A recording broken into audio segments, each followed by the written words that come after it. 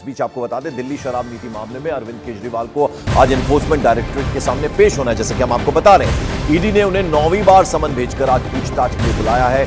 दिल्ली शराब घोटाले में कथित मनी लॉन्ड्रिंग के आरोप उन पर लगे हैं और इसी मामले में पूछताछ के लिए एनफोर्समेंट डायरेक्टरेट ने दिल्ली के सीएम अरविंद केजरीवाल को समन जारी की। इससे पहले 4 मार्च को भी ईडी ने केजरीवाल को पूछताछ के लिए 8वां समन भेजा था, लेकिन केजरीवाल 8वें समन पर भी ईडी के सामने पेश नहीं हुए थे।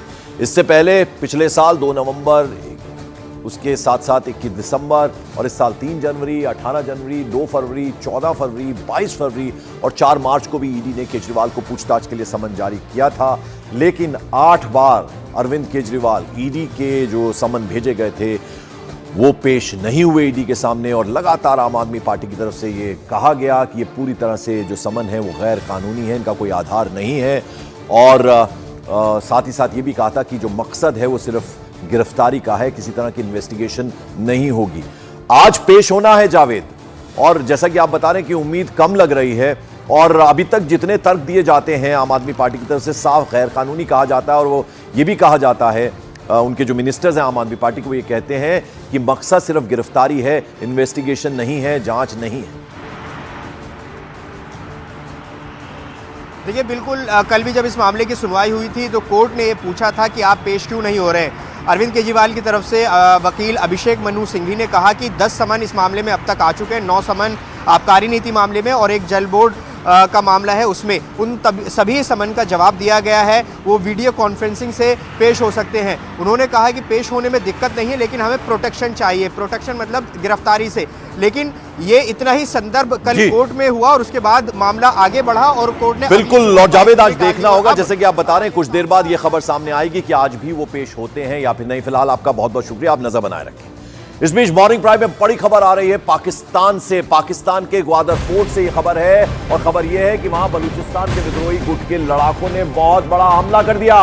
दावा किया गया हथियारों से लैस लड़ाकों ने ग्वादर पोर्ट को पूरी तरह से घेरा और फिर ताबड़तोड़ वहां गोलीबारी कर दी। यही नहीं, वहां जोरदार बम धमाकों की भी आवाजें सुनी गई और खबर यह है कि इस हमले ने चीन की भी नींद उड़ाकर रख दी है, क्योंकि दावा किया गया है कि विद्रोही गुट के लड़ाकों ने वहां चीन के प्रोजेक्टों में काम करने वाले उसके जो सिटीजन हैं, जो नागरिक हैं, उनको भी निशाना बनाया। इस हमले में अब तक जो जानकारी मिल रही है, 7 लोगों के मारे जाने की खबर सामने आई है। तो इन लड़ाकों ने ग्वादर पोर्ट पर सीधे हमला बोल दिया और यहां पर यह आतंकी हमला हुआ। जबरदस्त तरीके से पूरे इलाके को घेर लिया गया और फिर गोलीबारी की गई। 7 लोगों के मारे जाने की खबर है। बलोच लिबरेशन आर्मी पर आतंकी हमले का शक जताया जा रहा है। पाकिस्तान का ग्वादर पोर्ट, यहां जबरदस्त तरीके से आतंकी हमला हुआ है और पूरे इलाके को पहले घेरा गया लड़ाकों की तरफ से और फिर गोलीबारी की गई। 7 लोग इस बड़े हमले में मारे गए।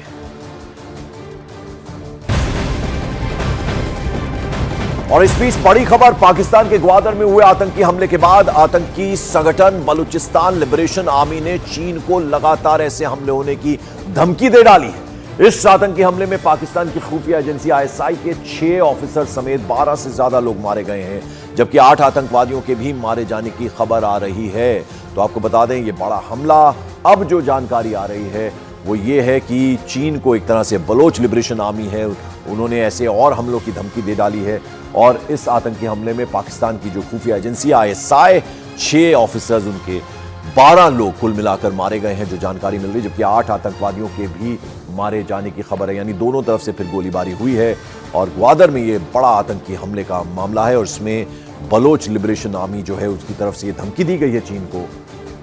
ओपी तिवारी हमारे सहयोगी इस वक्त सीधे हमारे साथ जुड़ रहे हैं। ओपी, क्या ज्यादा अपडेट और आपके पास आ पाया है इस वक्त?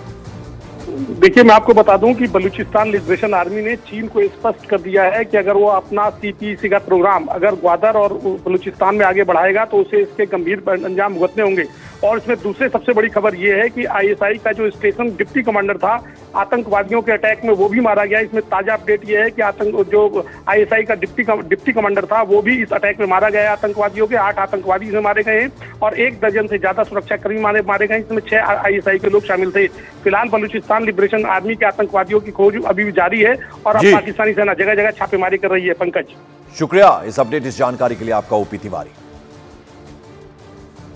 और मॉर्निंग प्राइम में बड़ी खबर, उत्तर प्रदेश के बदायूं में 2 मासूम भाइयों की निर्मम हत्या मामले में बड़ा पर्दाफाश हुआ है।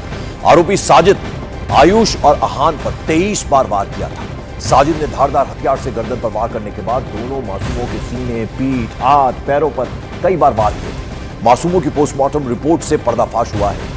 आयुष के शरीर पर 14 और आहान के शरीर पर 9 घाव थे, तो वहीं एनकाउंटर में मारा गया साजिद पोस्टमार्टम में 3 गोली लगने की पुष्टि हुई है। वहीं हत्याकांड का दूसरा आरोपी जावेद अब तक फरार है, पुलिस की गिरफ्त से बाहर है। और इस आरोपी पर, जो जावेद जिसका नाम है, जो भाई है साजिद का, 25,000 का इनाम भी घोषित कर दिया। पुलिस की अलग अलग टीमें उसके पीछे इस वक्त हैं।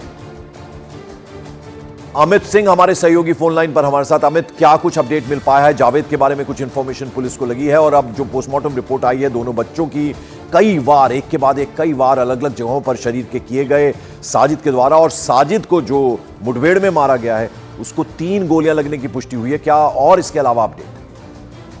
पंकज, ये बात साफ हो चुकी है कि गर्दन काटने के बाद, दोनों नाबालिग बच्चों के गर्दन काटने के बाद 23 बार वार किए गए हैं दोनों बच्चों के शरीर पे, नाबालिग बच्चों के शरीर पे, जिससे उनकी मौके पर मौत हुई है। ये पोस्टमार्टम रिपोर्ट में खुलासा हुआ है, तो हमारे बता रहे हैं। इसके अलावा अगर हम बात करें तो जावेद लगातार फरार चलता है। 4 उत्तर प्रदेश पुलिस की लगातार उसको सर्च कर रही है। इसके अलावा एसएसपी की टीम अलग से उसे सर्च करके 25,000 रुपए का इनाम भी उस पर रख दिया गया। तो वजह क्या थी इस सब के पीछे अमित? तो उसमें एक बड़ा खुलासा तब होगा जब जावेद पुलिस की गिरफ्त में आएगा।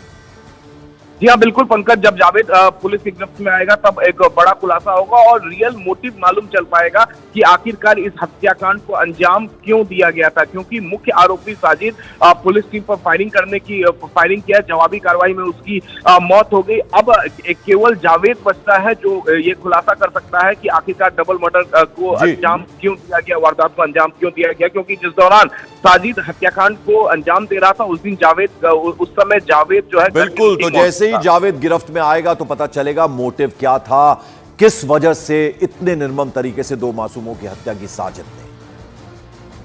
मॉर्निंग प्राइम में एक और बड़ी खबर, असम पुलिस ने आतंकी संगठन आईएसआईएस के भारत प्रमुख हारिस फारूकी को गिरफ्तार किया।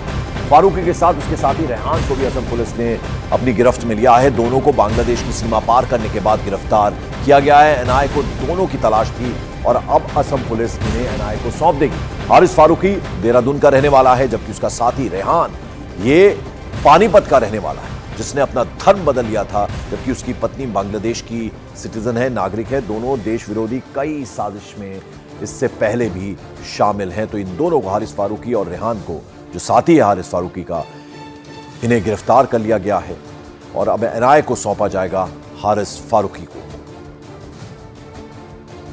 आईएसआईएस का इंडिया चीफ फारूकी असम से इसे गिरफ्तार किया गया है और असम का धुरवी है इलाका जहां से इसकी हारिस फारूकी की गिरफ्तारी हुई।